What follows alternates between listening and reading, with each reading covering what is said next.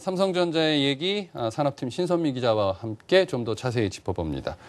신 기자, 이 시스템 반도체 부분은 삼성전자가 좀 전통적으로 좀 고전했던 분야 아닙니까?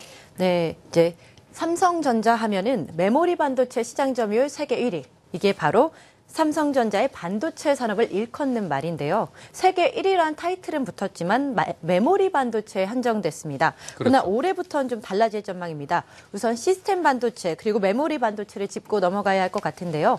메모리 반도체는 이름처럼 정보를 저장하는 반도체입니다. D램, S램, 낸드 플래시 등이 있으며 일종의 저장 장치 역할을 합니다. 시스템 반도체는 CPU를 생각하시면 됩니다. 디지털화된 정보를 계산하거나 처리하는 반도체입니다.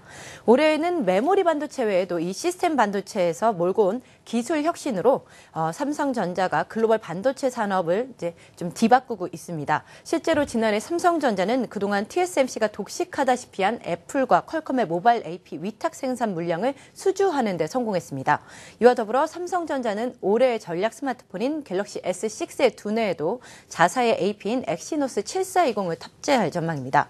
이런 변화를 이끌어낸 것은 바로 삼성전자가 자체 개발한 첨단 미세 공정인 14나노 핀팩 기술 덕입니다.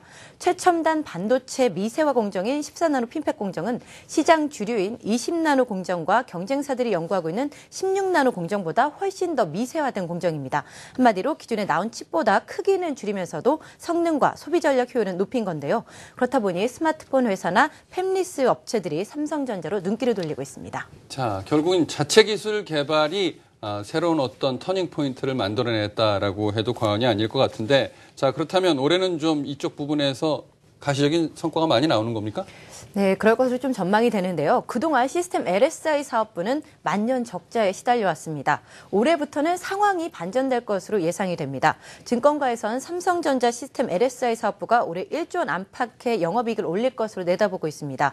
14나노 핀팩 공정 안정화에 따른 AP 제품 공급 확대, 그리고 파운드리 거래선 다변화 등 비메모리 반도체에 대한 꾸준한 투자가 결실로 나타날 것이라는 설명인데요.